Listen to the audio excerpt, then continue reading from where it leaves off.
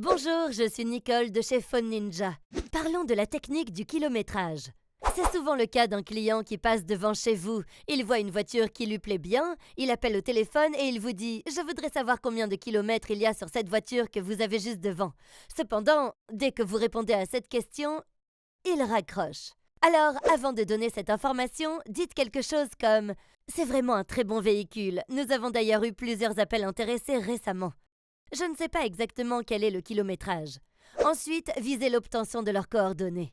Je vais aller vérifier ça pour vous. Cela devrait me prendre 10 minutes. Vous appelez de la maison ou du travail?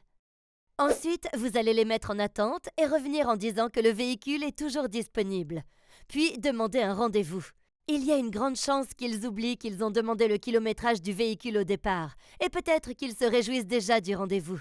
Mais s'ils vous posent la question une deuxième fois, répondez simplement « On dirait que vous vous êtes imposé une limite de kilométrage pour acheter. » Combien de kilomètres ce véhicule doit-il avoir au maximum pour que vous soyez toujours intéressé? Et laissez-le vous dire librement quelles sont ses attentes réelles.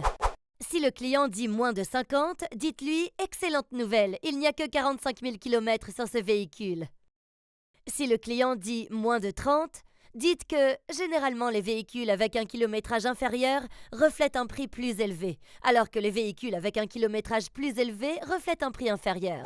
Quel est le plus important pour vous, le kilométrage ou le prix? Généralement, le client dit le prix. Alors, répondez en disant « Bien que cette voiture ait 15 000 km de plus que ce que vous espérez, je peux vous dire que c'est une très belle voiture. » Les gens qui conduisent plus souvent prennent mieux soin de leur voiture parce qu'ils savent qu'ils doivent compenser avec le kilométrage lorsqu'ils décident de revendre. Donc, quand vous viendrez voir le véhicule, vous verrez qu'il est en excellent état et que vous pourrez économiser beaucoup d'argent là-dessus. Quand est-ce que cela vous convient de venir le voir, maintenant ou plus tard dans la journée? Rappelez-vous, vendez les avantages de votre concessionnaire. Qu'est-ce qui rend votre concessionnaire mieux que les autres à côté? Dites-leur pourquoi vos voitures d'occasion sont les meilleures et fixez votre rendez-vous.